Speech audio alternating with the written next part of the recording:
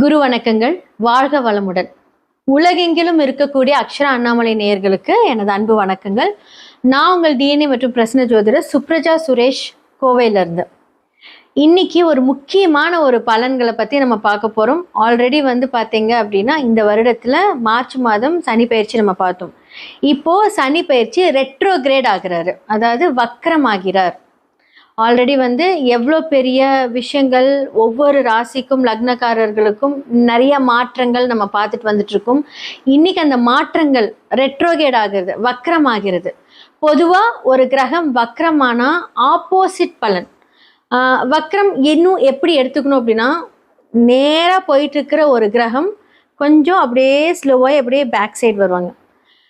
எல்லாருமே எல்லா கிரகமும் வக்ரமாகும், அது எல்லாமே கொஞ்சம் ஸ்பீடாக வக்ர நிவர்த்தி ஆகும். ஆனால் நம்மளுடைய சனி கோள் பார்த்தீங்க அப்படின்னா ஆல்ரெடி அவர் ரொம்ப லேட். எந்த ஒரு பாவத்துக்கு மாறினாலுமே 2.5 வருஷம் எடுத்துக்குவார். இப்போ ரெட்ரோகிரேட் ஆகுறாரு. அது மட்டும் ஸ்பீடாக நடக்குமா? கண்டிப்பாக கிடையாது. ஸோ என்ன பண்ணுவார் அப்படின்னா ரொம்ப ஸ்லோ ப்ராசஸ் தான் சனி பகவான் அப்படின்னு எடுத்துக்கிட்டிங்கன்னா. சரி, ஓகே. 2026 ஜூலை மந்த் 26 அன்னைக்கு ரெட்ரோகேட் ஸ்டார்ட் ஆகுது, வக்ரம் ஸ்டார்ட் ஆகுது. எப்போ நிவர்த்தி ஆகிறாரு அப்படின்னா டிசம்பர் 10 நிவர்த்தி ஆகிறாரு. ஓகே, இப்போ பொதுவாக எந்த ஒரு பிளானட்டாக இருந்தாலும் வக்ரம் ஆகுது அப்படின்னா இப்போ ஒரு பாவகத்திலேருந்து முந்தைய பாவத்துக்கு போகும். இப்போ மீனம் அப்படின்னா கும்பத்துக்கு போகிறது தான் ரெட்ரோகிரேட். ஆனால் சனி ரொம்ப ஸ்லோ பிளானட் அப்படிங்கிறதுனால மீனத்திலே ரெட்ரோகிரேட் ஆகுறாரு. இப்போ ஃபார் எக்ஸாம்பிள் உத்திரட்டாதி 4ஆம் பாதத்தில் இருக்காரு அப்படின்னா உத்திரட்டாதி 3, 2, 1 அந்த மாதிரி ஒரு மெதுவாக அங்கே ரெட்ரோகிரேட் ஆகுறாரு, அங்கே நிவர்த்தி ஆகுறாரு. ஜூலை 26 டிசம்பர் 10 வரைக்குமே. ஸோ இந்த காலகட்டத்தில் மேஷம்லேருந்து மீனம் வரைக்கும் எப்படிப்பட்ட அதிர்வளைவுகள், ஸோ அதன் மூலியமாக நடக்க இருக்கக்கூடிய என்ன விஷயங்கள் நடக்கும், இது ஸ்டார்ட் பண்ணுறதுக்கு முன்னாடி நான் சொல்லிடுறேன்.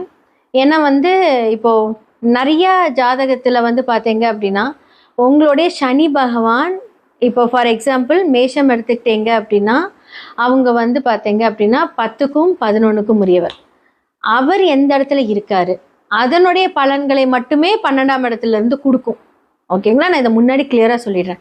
ஸோ பொது பலன்கள் அப்படிங்கும்போது ஒரு சில பேர்த்துக்கு அந்த கிரகங்கள் அங்கேயே இருக்கும். அப்போ நான் சொல்கிற இந்த கருத்துக்கள் அவங்களுக்கு ரொம்ப மேட்ச் ஆகும். அப்போ உங்களுடைய சுய ஜாதகத்தை பாருங்கள். உங்கள் சுய ஜாதகத்தை பார்த்து ஒருவேளை பிரச்சனையாக இருக்கக்கூடிய கிரகம் அந்த பாவகம் வக்ரமானால் ரொம்ப ரொம்ப நல்லது. இப்போ ஃபார் எக்ஸாம்பிள் இப்போது 10க்கு 11க்கும் உரிய சனி 8ஆம் இடத்துலேருந்து 12ஆம் இடத்தோட ரிசல்ட்ஸ் எல்லாம் கொடுக்குது அப்படின்னா 8, 12 அப்படின்னாலே கொஞ்சம் பிரச்சனைக்குரிய பெரிய ப்ராப்ளம் தான். அந்த இடம் வக்ரமாகுதுன்னு வச்சுக்கோங்களேன், அப்படி ஆப்போசிட் நடக்கும். ஒரு சில பேர்த்துக்கு நல்ல இடத்துல இருக்கக்கூடிய பாவகம் வக்ரமாகும் போது இந்த சனி பகவானால் வக்ரம் ஆகிறது என்றால் அவங்க எல்லாமே கொஞ்சம் ஜாக்கிரதையாக இருக்கணும். இது ஃபார் எக்ஸாம்பிள் உங்களுக்கு புரியணும் அப்படிங்கிறதுக்காக நான் சொல்கிறேன். அப்போ மேஷம்லேருந்து மீனம் வரைக்கும் எந்தெந்த ராசிக்காரர்கள் ஜாக்கிரதையாக இருக்கணும், யாருக்கெல்லாம் லக்கு, அதே மாதிரி உங்களோட சுய ஜாதகத்தை கண்டிப்பாக வெரிஃபை பண்ணுங்கள். கீழே இருக்க நம்பருக்கு காண்டாக்ட் பண்ணுங்கள், உங்களுடைய ஜாதகத்தை வெரிஃபை பண்ணுங்கள். எல்லாருக்குமே நிவர்த்திகள் இருக்குது. ஸோ இப்போ நம்ம மேஷம்லேருந்து மீனம் வரைக்கும் சனி வக்ர பயிற்சி பலன்கள் எப்படி இருக்குது அப்படின்னு பார்த்துடலாம். ரிஷப ராசி மற்றும் லக்னக்காரர்களுக்கு இந்த சனி வக்ர பயிற்சி 2026 ஜூலை 26 ஸ்டார்ட் ஆகி டிசம்பர் 10 வரைக்கும் இந்த காலகட்டத்தில் இவங்களுக்கு எப்படி இருக்கும்? பொதுவாக ரிஷபத்துக்கு யாரு அப்படின்னா அதிர்ஷ்டம் தரக்கூடிய இடத்தில் சனி பகவான். அடுத்ததான் பார்த்தீங்க அப்படின்னா ஜீவனம் தரக்கூடிய இடத்துல சனி பகவான். அவர் 11ஆம் இடத்தில் வக்ரமாயிருக்கார். ஓகே, 9, 10 அப்படின்னு சொல்லக்கூடிய இந்த காலகட்டத்தில் 9ஆம் இடம் அப்படின்னு சொல்லக்கூடியது தந்தையினால் வரக்கூடிய அதிர்ஷ்டம், நன்மைகள், செல்ஃபாக இந்த ஜாதகர்களுக்கு வரக்கூடிய நன்மைகள். அதே மாதிரி பார்த்தீங்க அப்படின்னா ஜீவனம், ரெகுலராக பிஸ்னஸ் பண்ணுறாங்க, வேலைக்கு போகிறவங்கள பற்றி கிடையாது, பிஸ்னஸ் பண்ணுறவங்க. ஏன்னா 9, 10 11ஆம் இடத்துல வக்ரம். இப்போ 11ஆம் இடத்துல பார்த்தீங்க அப்படின்னா அழகாக அந்த ஸ்லோவாக மூவ் பண்ணுவார். ஆல்ரெடி சனி பகவான் அங்கிருந்து ரிஷபத்தை பார்க்கிறார், 3ஆம் பார்வையை பார்க்குறார். ஓகே, இது எப்படி? நிறைய பேர் சொல்லுவாங்க ரிஷபத்துக்கு எல்லாரும் நல்லா இருக்குன்னு சொல்கிறீங்க, ஆனாலும் எனக்கு நல்ல காரியம் இன்னும் நடக்கலை அப்படின்னா இப்போ நடக்கும். ஓகே, எப்படி நடக்கும் அப்படின்னா சனி பகவான் 3ஆம் பார்வையை பார்க்கிறார் இல்லையா? அப்போ வந்து என்னன்னா 3ஆம் பார்வை அப்படின்னு சொல்லக்கூடிய அந்த பார்வை ஸ்தானத்தில் ஒரு மந்தத்தன்மை, முயற்சிகளில் தடுமாற்றம், தடைகள். ரிஷபத்துக்கு 11ஆம் இடத்துல இருக்காரு. ஆனா சனி 11ஆம் வீட்டுல இருந்து 3ஆம் பார்வை. இப்போ வந்து பாத்தீங்க அப்படின்னா அந்த வைஸ் வர்சா மாதிரி ஒரு பார்வை தான் அது. ஒருவேளை உங்களோட சுய ஜாதகத்தில் பரிவர்த்தனை யோகங்கள் ஏதாவது இருந்தது அப்படின்னா அப்போ வந்து அந்த யோகம் வந்து டபுளா இருக்கும். ஓகே, இப்போ வந்து பார்த்தீங்க அப்படின்னா 9, 10 குரியர் 11ஆம் இடத்துல இருக்கும்போது ரிஷபத்துக்கு என்ன அப்படின்னா ஆல்ரெடி நிறைய ப்ரொமோஷன் வாங்கியிருப்பீங்க. இப்போ அந்த ப்ரொமோஷன்ஸில் என்ன ஆகும் அப்படின்னா சில தடைகள், பிரச்சனைகளை பார்க்கக்கூடிய இந்த காலம். ஏன்னா கெட்டதாக இருக்கிறவங்களுக்கெல்லாம் நல்லது நடக்கும். ஆல்ரெடி நல்ல இடத்துல போய் இருக்கிறவங்களுக்கு சில தடைகள் வரும். கெட்டது நடக்காது, தடைகள். அப்போ ரிஷப ராசி மற்றும் லக்னக்காரர்களுக்கு இந்த காலகட்டத்தில் உங்களுடைய தாத்தா சொத்து, அப்பாவோட அப்பாவோ அம்மாவோட அம்மாவோ ஏதாவது ஒரு சொத்துக்கள், இல்லை நீங்கள் ஒரு இடம் வாங்குறீங்க அப்படின்னா நீங்கள் கொஞ்சம் ஜாக்கிரதையாக உங்களோட இன்வெஸ்ட்மெண்ட்டை நீங்கள் பண்ணணும். அப்ராடு ட்ரிப்ஸ் எல்லாம் போகிறீங்க அப்படின்னா கொஞ்சம் யோசித்து பார்த்து பண்ணுங்க. ஓகே, ஸோ 10ஆம் இடம் அப்படின்னு சொல்லக்கூடிய பிஸ்னஸ் வந்து ஆல்ரெடி வந்து ஒரு பிளான் போட்டிருப்பீங்க. அந்த பிளான் வந்து எக்ஸிக்யூட் பண்ணுற காலம் இதுவான்னு கேட்டால் வேண்டான்னு சொல்லுவேன். ஏன்னா இது வந்து பார்த்தீங்க அப்படின்னா உங்களுக்கு ஃபேவராக இருக்கா அப்படின்னு கேட்டால் கொஞ்சம் வெயிட் பண்ண சொல்கிறேன். ஃபேவராக இருக்குது, உங்களுக்கு எல்லாமே நல்லா இருக்குது, உங்களுடைய தசாபுக்தி காலங்களையும் வச்சு நம்ம செக் பண்ணிக்கலாம். ஆனால் இப்போ அது வந்து ஃபேவராக இருக்கான்னு கேட்டால் இப்போ ஒரு தடையை கொடுக்கும். அப்போ வந்து சனி பகவான் ஏற்கனவே வந்து பார்த்தீங்கன்னா மந்தக்காரகர். அப்போ வந்து என்னென்னா நீங்களும் மந்தத்தன்மையை கொஞ்சம் பொறுமையாக போனீங்க அப்படின்னா அவர் நிறைய ஐடியாஸ் கொடுக்க ஆரம்பிச்சிருவார். எப்போவுமே ஒரு பிளானட்டை நான் இயக்குங்கன்னு தான் சொல்லுவேன். என்கிட்ட வந்து நிறைய பேர் ஹாரோஸ்கோப் பார்ப்பாங்க. நானும் என் ஹஸ்பண்டும் வந்து பிரிஞ்சு இருக்கக்கூடிய இந்த காலகட்டத்தில் என்னால் வந்து அவர் பிரிஞ்சு இருக்க முடியல, ஆனால் அவர் வந்து என்னை பிரிஞ்சிருக்க சொல்கிறாரு அப்படின்னா தயவு செஞ்சு அதை ஆக்டிவேட் பண்ணுங்கள். டிவோர்ஸு அந்த மாதிரி எந்த விஷயத்துக்கு போகாதீங்க. கொஞ்ச நாள் தனிமையாக பிரிஞ்சிருங்க. நீங்கள் உங்கள் அம்மா வீட்டுக்கு போங்க, நீங்கள் ஸ்பேஸ் கொடுங்கன்னு சொல்லுவேன். ஏன்னா அது விதிப்படி அந்த கிரகம் இயக்கினால் நமக்கு அடுத்த காரியம் நடக்கும். அந்த கிரகத்தை நம்ம இயக்க விடாமல் நம்ம வந்து பிரச்சனையிலே போயிட்டு மேலும் பிரச்சனையை டோட்டலாக பிரிஞ்சிடும். என்றைக்குமே வந்து ஒரு ப்ராப்ளம் ஆகுது அப்படின்னா அதை ஆக்டிவேட் பண்ணி கொஞ்சம் ஸ்பேஸ் கொடுத்தா அதற்கான வழிமுறைகள் நமக்கு கிடைக்கும். நம்ம வந்து விட்டுட்டோம் அப்படின்னா அவங்க வந்து இன்னொரு கல்யாணம் பண்ணிக்குவாங்க, இல்லை விட்டுட்டோம் அப்படின்னா இப்போ ஒரு பிஸ்னஸ் பார்ட்னர்ஸ் விட்டுட்டோம் அப்படின்னா அவங்க வேறு பிஸ்னஸ் போயிடுவாங்க. அப்புறம் அந்த மாதிரி காலகட்டத்தில் உங்கள் சுய ஜாதகத்தை பாருங்கள், அதுக்கான நிவர்த்தி இருக்கும்.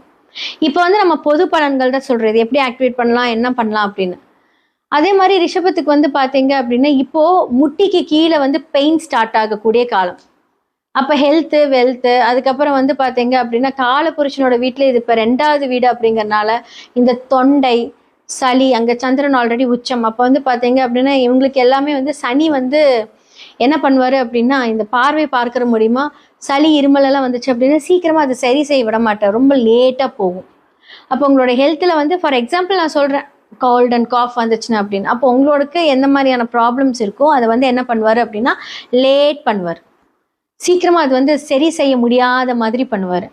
அப்போ இப்போ இருக்கிறதுக்கே வந்து ப்ரிப்பேர் ஆகிக்கோங்க எல்லாமே. ஸோ ரொம்ப அதிகமாக வந்து வெளியே போய் கோல்டான ஐட்டம்ஸ், தேவையில்லாத ஃபுட் ஐட்டம்ஸ் இதெல்லாமே சாப்பிட்றத தவிர்த்துக்கோங்க. ஃபுட் பாய்சன் ஆகும், அது மூலிமா உங்களுடைய வயிறு எல்லாமே அஃபெக்ட் ஆகும்.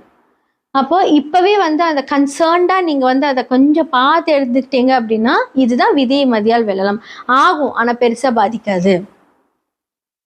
ஏன்னா வந்து பார்த்தீங்கன்னா லைஃப் இஸ் அ கேம். ஆக்சுவலாக அந்த கேமில் வந்து பார்த்தீங்க அப்படின்னா நம்ம வந்து எப்படி நம்மளை காப்பாற்றிக்கணுங்கிற நாலேஜ் வந்து கடவுள் நமக்கு கொடுத்துருவார். எல்லா அப்டக்கல்ஸும் நம்ம தாண்டி தான் வரணும். அப்போ நீங்கள் அது எவ்வளோ சாமர்த்தியமாக அதை வந்து நீங்கள் பண்ணணும் அப்படிங்கிறது. இப்போ பாருங்கள், யாருமே தப்பு பண்ணாதவங்க கிடையாது. எல்லாருக்குமே அவங்களுடைய செயல்களை எல்லாமே நியாயமாக இருக்கும்போது எல்லாருமே எல்லா செயல்களும் இறங்கி பண்ணதான் செய்வாங்க. அப்போது நமக்கு அந்த சனி பகவான் சனி பார்வையில் இருக்கும்போது என்னாகும் அப்படின்னா அதனை திருத்திக்கிறதுக்கான ஒரு விஷயத்தை கொடுப்பாரு. லைஃபாக இருக்கட்டும், உங்களோட ஃப்ரெண்ட்ஷிப்பாக இருக்கட்டும், இல்லை உங்களுடைய படிப்பாக இருக்கட்டும், ஸோ உங்களோட வீட்டு சூழ்நிலைகளில் எல்லாமே கடவுள் வந்து உங்களுக்கு அதை வந்து கண்முன்னே என்ன பிரச்சனை இருக்குது அப்படின்னு பார்க்கக்கூடிய காலம்தான் சனியின் பார்வை. அப்போ வந்து 9, 10 அப்படின்னு சொல்லக்கூடிய இடத்துல உங்களுடைய தந்தைக்கு ஏதாவது உடல் நலக்குறை இல்லாமல் பார்த்துக்கோங்க. ஸோ ஜீவனம் அப்படின்னு சொல்லக்கூடிய உங்களுடைய பிஸ்னஸில் வந்து பார்த்தீங்கன்னா புது ஐடியாஸை இப்போ கொஞ்சம் ஸ்டாப் பண்ணுங்கள். ஆல்ரெடி இருக்கக்கூடிய விஷயங்களை நீங்கள் கண்டினியூ பண்ணலாம். புதுசாக ஏதாவது சைன் போடுறது, புதுசாக ஏதாவது ஒன்று பண்ணுறது, புதுசாக ஏதாவது வந்து நீங்கள் அப்கிரேட் ஆகுறதால இப்போ வேண்டாம். அப்போ நல்லா போயிட்டு இருக்கிற இந்த ரிஷபத்துக்கு வந்து பார்த்தீங்கன்னா இப்போ வந்து ஒரு சாஃப்டாக கொஞ்சம் அமைதியாக இருக்கிறது, யோசிக்கிறது எல்லாமே இந்த காலகட்டத்தில் உங்களுக்கு கை கொடுக்கும். ஸோ எதுவாக இருந்தாலும் உங்களோட பிளானாக இருக்கட்டும். அதே மாதிரி ஸ்டூடெண்ட்ஸ் அந்த காலேஜ் இந்த காலேஜ் நிறைய மாற்றங்கள் அதெல்லாம் எதுவுமே வேண்டாம். கரெக்டாக டிசைட் பண்ணுங்கள். கைட் பண்ணுறதுக்கு பெரியவங்க, சனி என்றால் பெரியவர்கள். ஸோ உங்களுக்கு பெரியவர்கள் கிட்ட வந்து நிறைய ஆலோசனை கேட்டு உங்களுடைய வாழ்க்கையை நகர்த்தி கொண்டு போனீர்கள் என்றால் உங்களுக்கு இந்த காலகட்டம் ரொம்ப நல்லாயிருக்கும். ஸோ ரிஷபராசி மற்றும் லக்னக்காரர்களுக்கு இந்த காலகட்டத்தில் நான் சொன்ன மாதிரி எல்லாமே நீங்கள் வந்து கொஞ்சம் பொறுமையாக முடிவெடுக்கும் போது ரொம்ப நல்லாயிருக்கும். ஸோ மேஷம்லேருந்து மீனம் வரைக்கும் சனி வக்ர பயிற்சி 2026 எப்படி இருக்குது அப்படின்னு பார்த்தாச்சு.